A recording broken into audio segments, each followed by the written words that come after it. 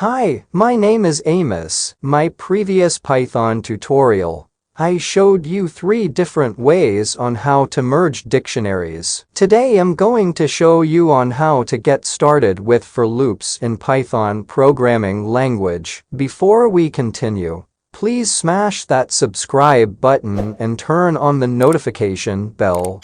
Without wasting time, let us hit the code.